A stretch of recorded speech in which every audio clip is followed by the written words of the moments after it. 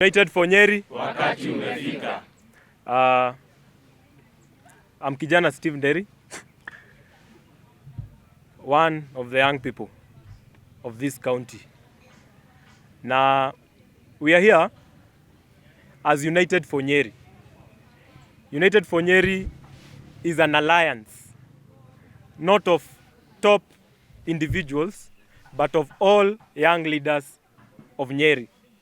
We are gathered here, over 300 of us, and we are here to discuss how we are going to form the next government. We are not here as members of any party, any political inclination. We are here as united people. So we are here regardless of which party you believe in. We are now here because we believe in the Nyeri dream. And we are here, majority of us being young people of the young ages. And our agenda today is that we are here because we want to be part of the formation of the next government. In the previous governments, youth have been always there, begging for positions, but we have been put at the periphery. We are marginalized in our own government where we are the majority. We beg for 30% of positions when we are 70% in terms of population. So here as United for Nyeri, we have realized the power in our numbers, and we are here to declare that in the next government, our numbers must be similar to the positions that we will occupy in government.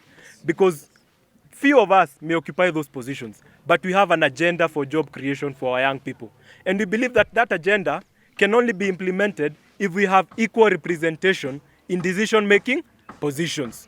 And that is why we are here, because we have decided that in the next government, the formation of the next county government, it is either United for Nyeri will form the government, or we will negotiate with others, or others will negotiate with us. So there will be no way about it. But United for Nyeri is going to be part of the formation of the next government. And we have said that we are going to demand for positions in the next government. We have had in the national government, young people in Nyeri, or other people of Nyeri, are underrepresented.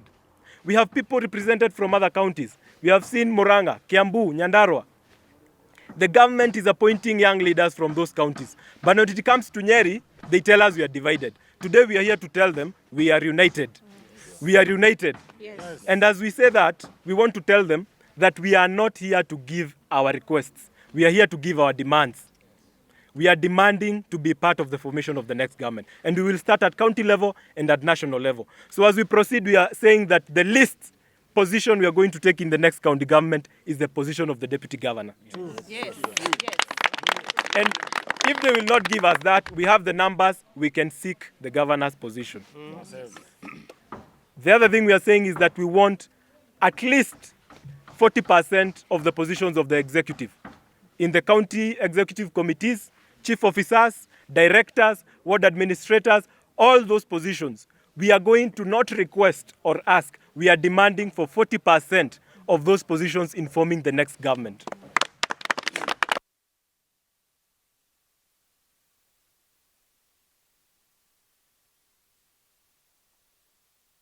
Make sure you vote for that person who is young. We are going to elect young MCAs, young MPs, young senators, young people from top to the lowest level of government. So we are asking our young people, let us elect the young people who give themselves for positions. And we are saying this time, young people will not fight each other. We are going to unite and support each other so that we can occupy those positions. As we move forward, the other thing that we want to say is that we know there are so many people that have associated us with violence. So from now on, don't come to the youth seeking us to participate in violence. Raundi hii tumechanuka. We are only going to talk to you if you want to tell us how we are going to share the next government.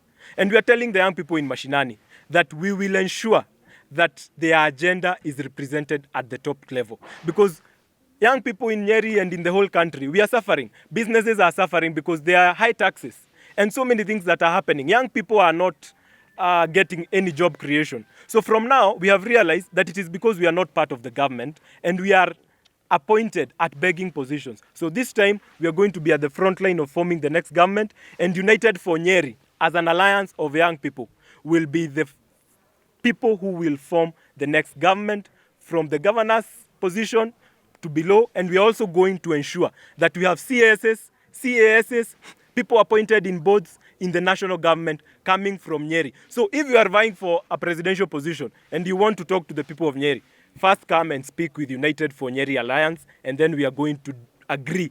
What are you giving us? So this time it is give and take. Sio, you just tell us that we support you without our demands. So this time our demands shall be at the front of everything that we are going to do. And with that said, Mheshimiwa from the County Assembly and Caroline. Okay. If we want to put our youth in the deputy positions or even in the head position, because they can also do well, we can do that. It is basically goodwill. That is what I'm trying to say. Number two, the women have shied off from positions. Stop shying off. It is time for us to wake up and move, because women, we are the majority. That you know. It's time for us to wake up, wake our youth, make the youth better people. The women, it's time to get out of those kitchens and move and make it happen, because we are movers and shakers. If you put a woman in a position of government, the ones with goodwill, they work to the best of their ability. We have seen bills passed in the assemblies. The health bill, which was never ever thought that is going to happen, it has happened in Nyeri County. So what are we saying? Let us put positions for the youth, because they are there and we are the majority, 70%. So as far as I'm concerned, it is time for the government to come in and and incorporate the youth.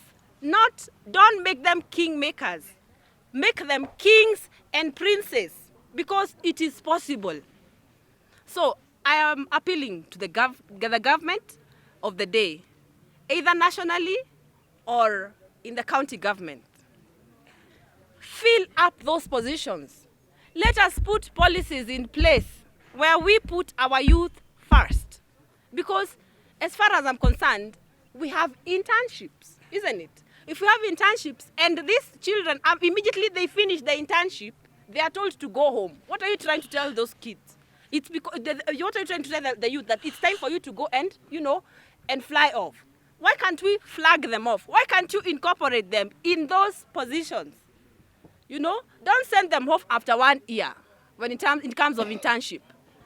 Incorporate them. Put them in different departments. The positions are there. And the ones who need to retire, please go and retire. Yes. Stop staying in those positions. Even me, when my time comes, I move for the youth now to create positions for them, isn't it? So it's time for us to wake up, and the government needs to come in strongly and support the youth. And you, the youth, please support each other. Live and let others live. Pick up your brother, pick up your sister. Let's move together. When you're united in one voice, people listen. If you separate, if there are people, I know most leaders will come in and do something called divide and rule. Divide and rule is where now you're divided. You're promised something. This other person is not promised something. So this, you get now divided. And that is how the rule of the game is. So please, youth, it's time for you to speak in one voice. It's time for us to unite so that you're able to move and live and let others live. Thank you so much. Kwa majina naitwa Sir Charles Degwa. Mimi ni kiongozi wa wana bodaboda katika kaunti yetu ya Nyeri. Na siku ya leo tumeungana na vijana wengine ambao wako katika sekta zingine. Na siku ya leo tumeamua tutafanya kazi pamoja, na tumekataa kutumiwa sisi kama wana bodaboda. It's for a long time wana bodaboda tumekuwa tukitumiwa kupewa ma reflectors, alafu tunatumiwa na viongozi, alafu wakivuka ile pande nyingine wanasahau na sisi. So today we come together with the other youth people in this county, because this industry ya mchezo. Currently us in Nyeri County, we are 28,000. If I give you a simple calculation, kila siku mtu mmoja anabeba watu 10. That is 280,000 tuna interact na wao per day.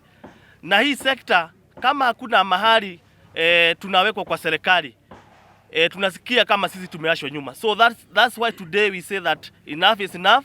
Na hiyo serikali nyingine either tupewe viongozi katika county, kijana tuone amewekwa ka kiti ya deputy governor ili turidhike, kwa sababu tumekuwa tukiwauza, nothing happened. Tunaenda kwa serikali kuu, tumeabiriwa mavitu, tuliambiwa tutapewa motorcycles, till today hatujai ziona kwa sababu ya rust election. Now they are coming back again to us, wanataka bado watudanganye alafu waende. So tukasema tumeshoka na hiyo hatutafanya tena, na sisi kama vijana wa bodaboda tutaungana na vijana wengine kuhakikisha ya kwamba it is our demand now we must be in the next government. Thank you very much. God bless you. We are not requesting them. We will talk with the governor candidates in Nyeri County, the one that will offer us the deputy governor position and 4 positions. Tutaenda na yeye without the party affiliation. Huyo ndiye tutaamua ni yeye. Then to the national government, tutakuwa tunataka kiti moja ya minister and a powerful minister. Juu lazima time when Kibaki were appointed ministers, they were young, they were at age of 32. So Nyeri, we still have that blood. Na hata Kimathi, they were young, they were that something when they fought for independence of this country. It is now time Nyeri is united again. Na tunanibad all these positions. Then to the 30% of all government tenders from Kengongo prison, we will demand our share there. Kegajo prison, we will demand our share there. Kamweja Teachers College, we will demand our share there. Now Nyeri youth is united and we are moving as one force. Yes.